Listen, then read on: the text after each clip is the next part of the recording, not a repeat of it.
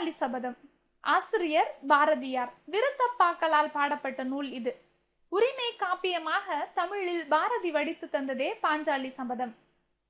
இது வியாசரின் பாரதத்தை தழுவி எழுத பெற்றது.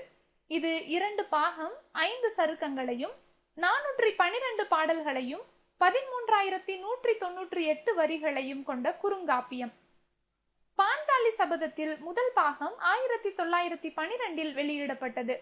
2ஆம் பாகம் 1924 வெளியிடப்பட்டது. முதல் பாகம் சூழ்ச்சி சருக்கம், சூதாட்டச் சருக்கம், அடிமை சருக்கம். 2ஆம் பாகம் துகில் உரிதல் சருக்கம், சபத சருக்கம். வடமொழியில் வியாசர் இயற்றிய மகாபாரத கதையில் வரும் பாஞ்சாலி துரியோதனன் சபையில் செய்த சூளுரையை மையமாக கொண்டு பாரதியார் இக்குறுங்காவியத்தை படைத்துள்ளார். பாஞ்சாலி நம் பாரத தாய். துரியோதன கூட்டம் நம் நாட்டை அடிமைப்படுத்தி இருந்த வெள்ளையர்கள். பாண்டவர்கள் அன்றைய பாரத மக்கள் என்று படிப்பவர் எண்ணுமாறு பாஞ்சாலி சபதம் பாடப்பெற்றுள்ளது. காரியம் மிக பெரியது, எனது திறமை சிறிது. ஆசையால் இதனை வெளியிடுகின்றேன், பிறருக்கு ஆதர்சனமாக அன்று வழிகாட்டியாக என்று பாரதியார் பாஞ்சாலி சபதத்திற்கு முகவுரை எழுதியுள்ளார்.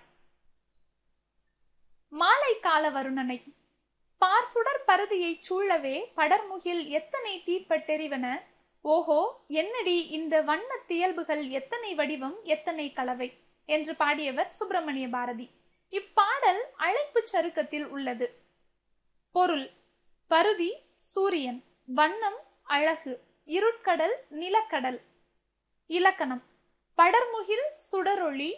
வினைத்தொகை: தங்கத்தீவு, தங்கத்தோணி, தங்கத்திமிங்கலம். உருவகங்கள்: